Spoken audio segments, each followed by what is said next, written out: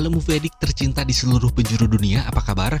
Bagaimana ngelem iPhone-nya udah dikurangi? Di video kali ini saya akan merangkum film bergenre horor dari Thailand yang berjudul The Medium, rilis tahun 2021. Film ini bercerita tentang sebuah tim yang mendokumentasikan tentang sepak terjang profesi perdukunan di kota Isan, Thailand. Jadi tentunya film The Medium ini bergaya dokumenter ya. Selain itu sutradaranya adalah sutradara yang juga menggarap film horor Thailand terkenal lainnya seperti Shutter, Lone, dan juga Pimak, yang mana nama sutradaranya adalah Banjong Pisantanakun. Wow, uniknya namanya. Oke, tanpa ditunda delay lagi, mari kita langsung saja ke alur cerita. Seperti biasa, disubrek dulu dong channelnya, please, atau nanti saya doakanlah biar panjang umur ya. Oke, saya dari segenap kru pemandu lagu karaoke warung remang-remang Gunung Payung mengucapkan sawadikap, selamat menyaksikan.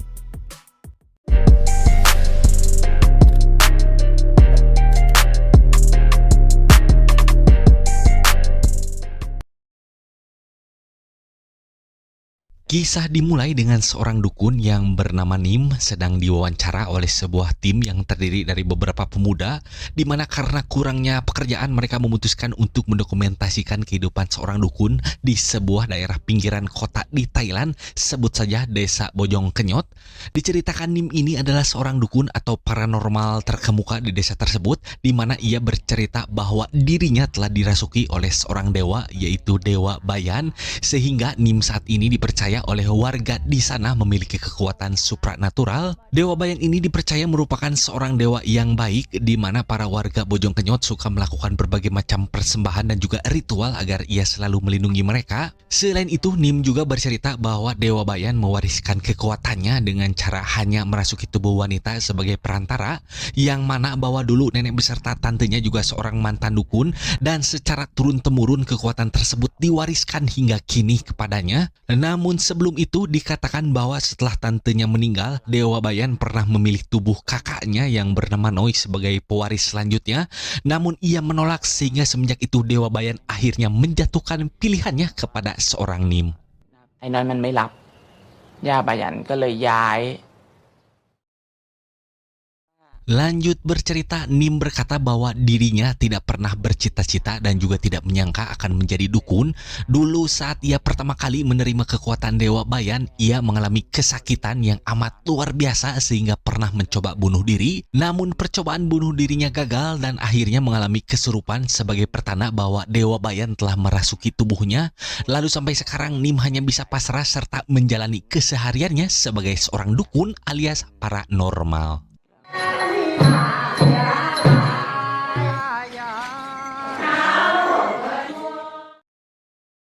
Bersama kameramen, Nim sedang dalam perjalanan menuju ke rumah kakaknya yaitu Noi, dan ini bangetnya, Nim akan menghadiri hari peringatan kematian suami kakaknya tersebut yang baru-baru saja ini meninggal akibat penyakit kanker yang dideritanya. Dikatakan bahwa keluarga Noi telah mengalami berbagai kesialan, di mana selain suaminya tersebut meninggal, anak sulungnya bernama Mike juga tewas akibat kecelakaan motor, sehingga sekarang menyisakan Noi sendiri beserta putrinya yang bernama Min. Perlu diketahui hubungan antara Nim beserta Noi tidak akur, dan hal itu didukung oleh pernyataan dari kakak pertama Nim bernama Mani tanpa air ya, yang juga ikut tampil dalam film dokumenter ini didampingi istri beserta anaknya yang masih bayi, sebut saja sang istri Ceimas. Mani mengatakan kepada kamera bahwa ia telah mencoba mengakurkan hubungan antara mereka, namun sampai sekarang ia tidak tahu penyebab mengapa adik-adiknya tersebut bertengkar dan tidak saling patahnya satu sama lain. อันนี้ยังเจอเป็นคนแรกไม่ใช่ไหมไม่เคยค่ะ Setelah acara selesai, tiba-tiba Min mengamuk kepada salah satu sanak keluarganya, di mana ia menuduh saudaranya tersebut telah memarahinya, namun itu hanyalah merupakan sebuah tuduhan tanpa bukti. Nim pun mengira Min melakukan hal tersebut karena ia di bawah pengaruh minuman beralkohol. Kemudian di saat semua orang sudah tidur, tiba-tiba Nim melihat Min sedang menatap kepada sebuah sosok yang ternyata adalah seorang nenek-nenek dengan matanya yang berwarna putih semua. Lalu keesokan hari, Nim terkejut karena nenek-nenek yang Min lihat tadi malam ternyata adalah tetangganya yang baru saja meninggal, dan bisa kita pastikan bahwa nenek tersebut yang muncul di hadapan mereka adalah sesosok arwah penampakan. Wow, serem.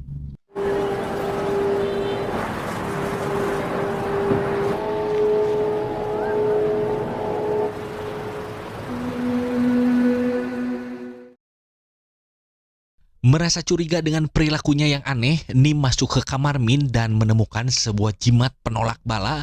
Min yang ketahuan, ia pun mengusir Nim dan kameramen agar tidak merekam. Melihat kejadian itu, sang kameramen bertanya kepada Nim mengapa Min berperilaku aneh. Ia pun menjawab bahwa mungkin si Min ini sedang mengalami gejala atau pertanda bahwa Dewa Bayan akan merasukinya, namun ia tidak begitu yakin. ว่าย่าบาหยันกำลังจะย้ายมาเข้า ดูสิ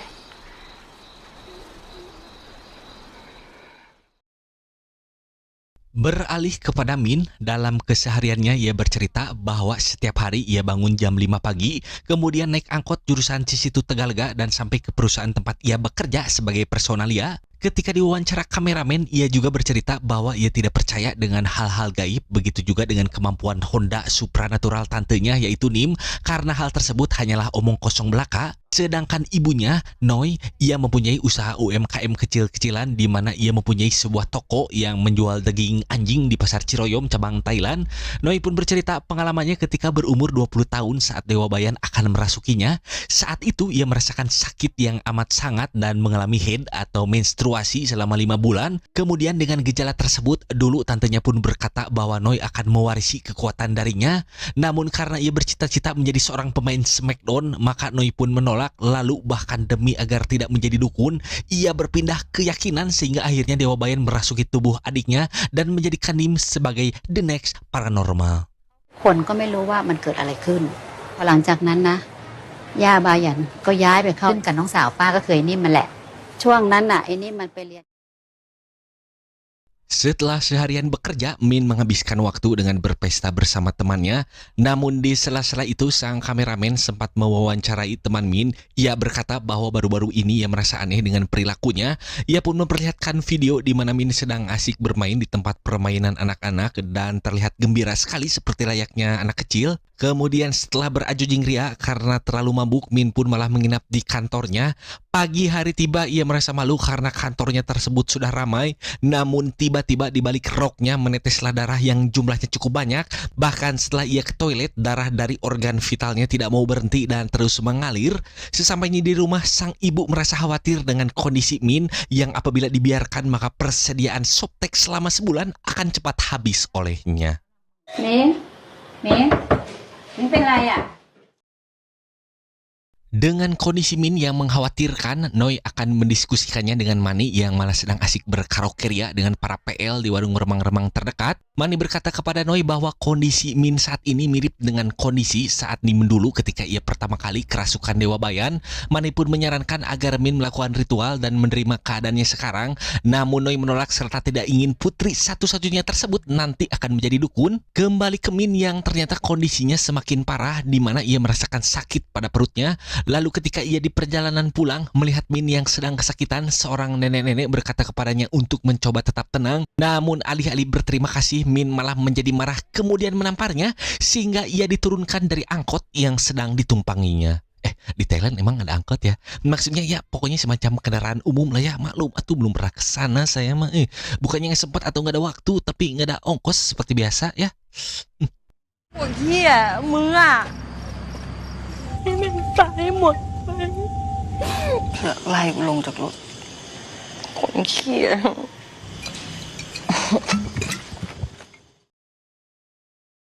Sang kameramen lanjut melaporkan hal ini kepada Nim, maka keesokan hari Nim pun datang ke rumah Min dengan maksud akan menginterogasinya. Nim pun menanyakan apakah ia pernah mendengar suara aneh memanggilnya akhir-akhir ini. Namun sebelum menjawab, mendengar hal itu malah membuat sang ibu menjadi marah dan berkali-kali berkata bahwa ia tidak akan membiarkan putrinya tersebut menjadi seorang dukun. Kemudian adegan dilanjut dengan Min yang sedang bekerja, namun ternyata kondisinya makin memburuk. Bahkan sang kameramen sempat meletakkan kamera karena mencoba untuk menenangkannya. Dan dengan kondisinya sekarang, atasan Min pun merasa kinerja Min semakin turun. Maka dari itu si bos pun akhirnya memecatnya secara sepihak dan membuat Min menjadi murka.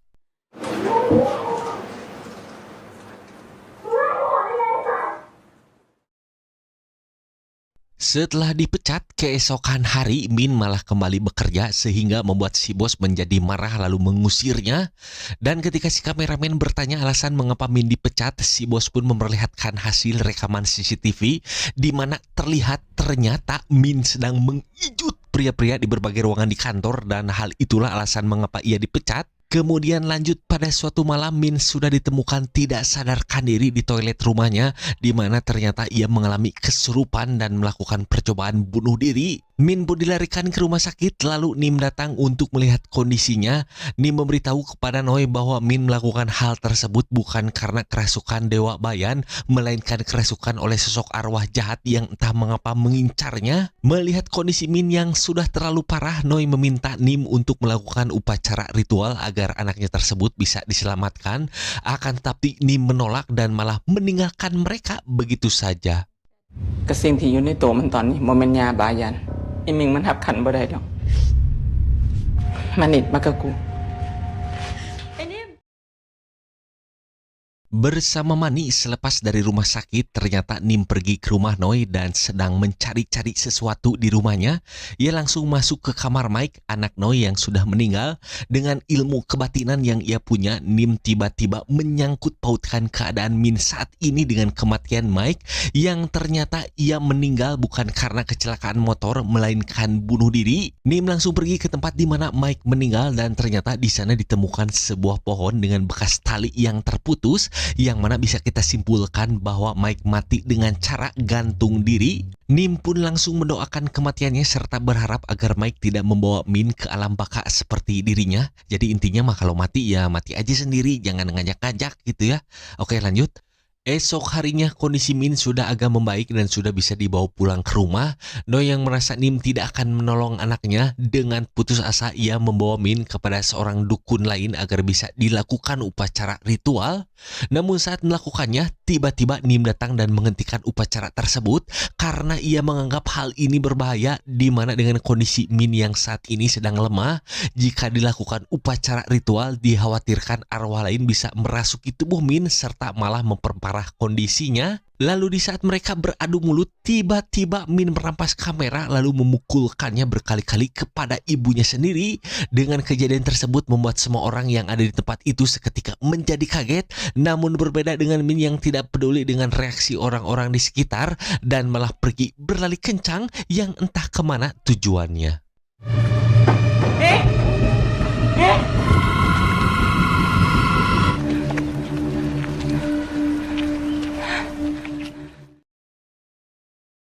Min telah hilang berhari-hari dan para warga juga telah ikut mencarinya ke seluruh penjuru Bojong Kenyot namun tidak ada hasil. Lalu dengan kejadian ini membuat Noi semakin putus asa. Oleh karena itu, setelah berpuluh-puluh tahun lamanya ia menolak Dewa Bayan, tidak ada harapan lain, maka Noi pun akhirnya menerima serta menggantungkan harapan kepadanya. Didampingi oleh Nim, mereka pun melakukan ritual dan meminta pertolongan di depan patung Dewa Bayan agar Min bisa segera ditemukan.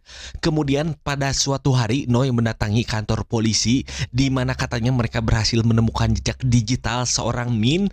Bersama Mani, mereka ternyata diperlihatkan sebuah video hasil rekaman dari dashcam mobil taksi. Polisi memberikan penjelasan bahwa saat itu Min sedang menaikinya, akan tetapi ketika si supir menanyakan tujuannya kemana, Min malah tidak menjawab sehingga dengan terpaksa ia diturunkan di tengah jalan.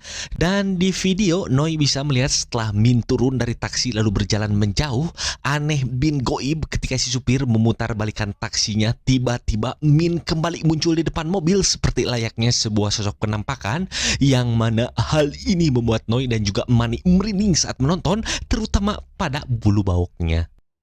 ผมไม่ตำรวจไปเบื้องที่เกิดเหตุยังบ่พบเบาะแสหยังของน้องมิ่งเด้อ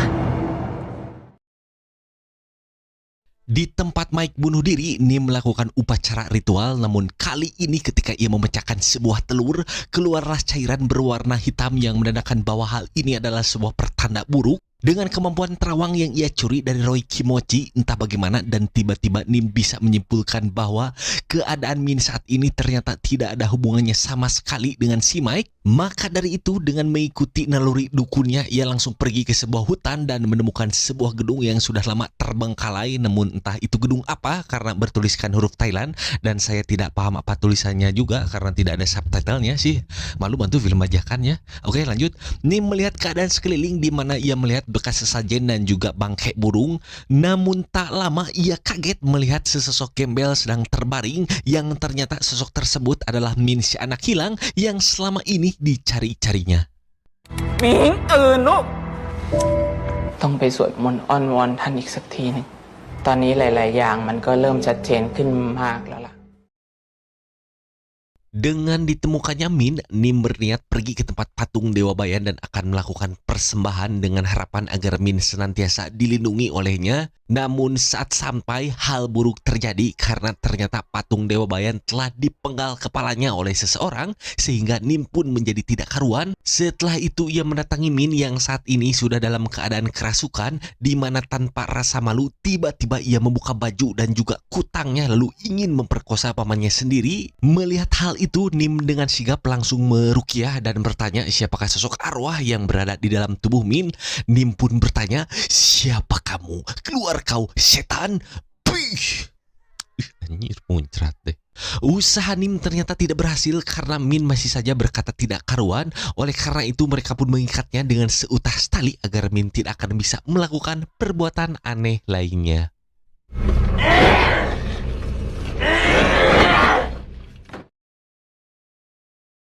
Menyadari kondisi Min semakin parah, Nim meminta bantuan kepada teman seprofesinya. Sebut saja ia Ki Joko Bodo Widodo Cahyono Putro Setio Perkoso Mulyono Bondowoso Bolo-Bolo. Waduh, ponjong. Ki Joko mengatakan bahwa ia akan melakukan ritual untuk memanggil arwah yang ada di tubuh Min lalu mengusirnya. Kemudian Ki Joko menjelaskan bahwa saat itu ketika Min kabur ke gedung kosong, di sana ternyata ia telah dirasuki berbagai macam arwah yang bersemayam di gedung tersebut. Lalu setelah itu Noi bertanya kepada Nim apakah ia percaya bahwa Dewa Bayan benar-benar ada. Nim pun menjawab Dewa Bayan betul ada dan ia juga bisa merasakan kehadirannya. ยาบายันมีอีหลีอยู่ติ เสื้อยาเด้แล้วเพิ่นสิซอยเฮาย าบายันอยู่บ่ กูรู้สึกได้ Karena keadaan rumah Noi selalu berantakan saat pagi hari tiba, tim dokumenter memutuskan memasang kamera di berbagai penjuru ruangan agar bisa merekam aktivitas Min saat malam hari di rumah. Dan di rekaman pun memperlihatkan ketika Min keluar dari kamarnya, ia berperilaku aneh dan bertingkah seperti layaknya binatang. Hari demi hari perilaku Min semakin menjadi-jadi, di mana ia membunuh anjing piaraannya sendiri dan bahkan mendekati Noi ketika ia tertidur dengan mimik muka yang cukup seram. Namun pada suatu malam Min berhasil masuk ke kamar Mani dan Cik Imas ketika mereka tertidur lelap, lalu menculik bayi mereka sehingga membuat semua orang menjadi panik. Namun untungnya mereka berhasil menemukan sang bayi yang sudah ditinggalkan tergeletak di tengah semak-semak. Akan tetapi tiba-tiba Min kembali datang lalu menyerang Mani dengan sebilah pisau dan ingin membunuh pamannya sendiri.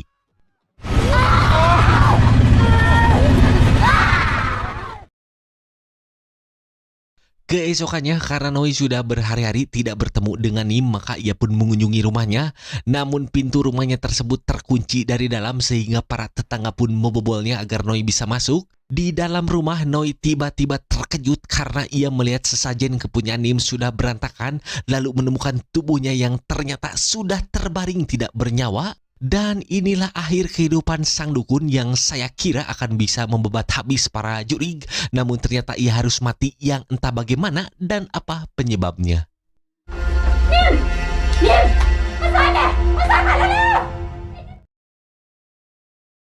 Ki Joko melanjutkan rencananya untuk memanggil arwah yang bersemayam di tubuh Min dengan cara menumbalkan Noi, di mana dengan cara tersebut para arwah bisa masuk ke tubuhnya lalu memasukkannya ke dalam kendi sehingga mereka pun menjadi terkurung. Bersama tim Uka-Uka mereka mulai memasang pagar magic agar arwah gentayangan tidak bisa kabur dari gedung kosong tersebut. Sementara itu Cik Imas bersama saudaranya mereka bertugas menjaga Min yang sudah dikurung di kamarnya, dan ritual pun dimulai. Ki Joko mulai membacakan mantra-mantra, sedangkan Noi ia ditutupi mukanya dengan sehelai kain yang saya juga tidak paham apa maksudnya. Diwarnai dengan angin gelembung yang cukup kencang, Ki Joko memanggil para arwah dan akhirnya bisa masuk ke dalam tubuh Noi lalu memuntahkannya ke dalam kendi. Dengan sigap Ki Joko langsung menutupnya dengan rapat-rapat agar mereka tidak bisa kabur. Dan di saat yang sama Cik Imas tiba-tiba mendengar tangisan bayinya dari dalam kamar Min. Ia pun menjadi panik dan ingin segera masuk ke dalam karena takut bayinya menjadi korban kebrutalannya. Melihat hal itu, saudara Cik Imas pun mengingatkan bahwa yang ia dengar adalah sebuah ilusi karena ternyata bayinya masih ada di atas ranjang sedang tertidur lelap. Tidak mau mendengar perkataan saudaranya, Cik Imas langsung menerobos masuk ke dalam kamar Min.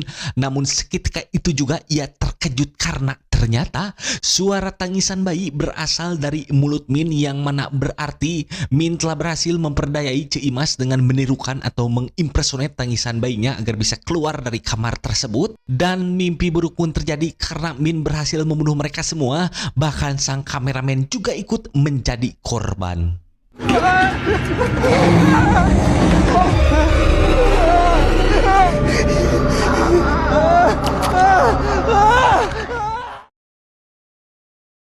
Kembali ke Ki Joko, setelah berhasil mengurung para arwah, ia membawa Kendi ke tepian lantai, namun secara mengejutkan, tiba-tiba ia kesurupan lalu loncat ke lantai bawah dan akhirnya ia pun tewas dengan mengenaskan. Melihat hal itu, semua orang yang menyaksikan menjadi bingung, namun tiba-tiba terdengarlah suara Noi di mana ia mengatakan bahwa sekarang Dewa Bayan ada bersamanya. Namun tiba-tiba lagi, banyak tiba-tibanya. Mohon dimaklumi ya, saya mah bukan narator alur cerita profesional, jadi ya sebisanya aja gitu. Oke, lanjutlah. Tiba-tiba semua orang yang hadir di tempat tersebut menjadi kerasukan, bahkan Mani karena ia lupa diri, ia loncat dari gedung tersebut sehingga membuatnya tewas. Sementara itu kameramen yang bertugas merekam kegiatan di luar gedung, mereka menjadi panik karena melihat tim Uka-Uka telah kerasukan oleh arwah Maung alias Macan, di mana mereka mulai mengejar dan memakan rekan dari tim dokumenter sehingga jumlah korban kian bertambah banyak. Namun karena si kameramen yang tersisa ngimpi modal semalam, kesialannya menjadi bertambah karena Min tiba-tiba datang yang membuat situasi sekarang menjadi semakin memburuk.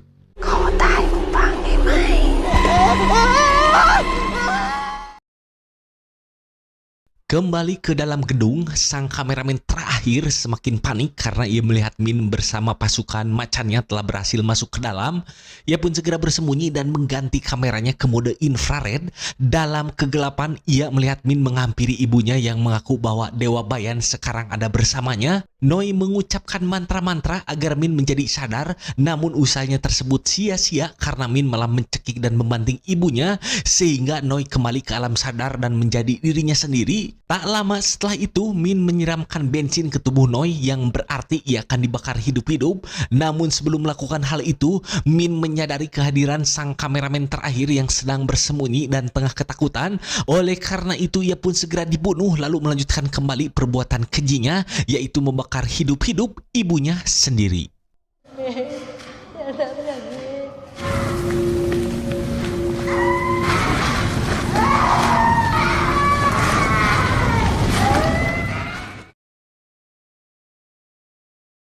Pada ending scene, kembali mundur sedikit, kita diperlihatkan wawancara terakhir bersama Nim sebelum ia ditemukan tewas oleh Noi di rumahnya sendiri. Setelah melakukan ritual karena merasa putus asa menghadapi keponakannya yang tidak kunjung sadar, secara mengejutkan dalam wawancara kali ini Nim berkata jujur bahwa ternyata selama ini ia tidak yakin Dewa Bayan telah merasukinya, yang mana berarti kekuatan dari dewa yang dipuja-pujanya hanyalah sebuah kebohongan belaka, dan juga ternyata selama ini Nim hanyalah merupakan seorang dukun palsu. Cerita tamat. เอาเข้าจริงๆเคยแน่ใจเลยด้วยซ้ำว่าย่ามาเข้าป่าจริงๆหรือเปล่า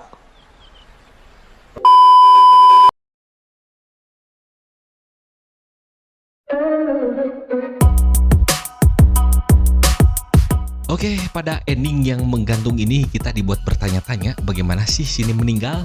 Apakah ia mati dibunuh oleh Min namun tidak terekam kamera? Atau apakah ia mati bunuh diri karena putus asa?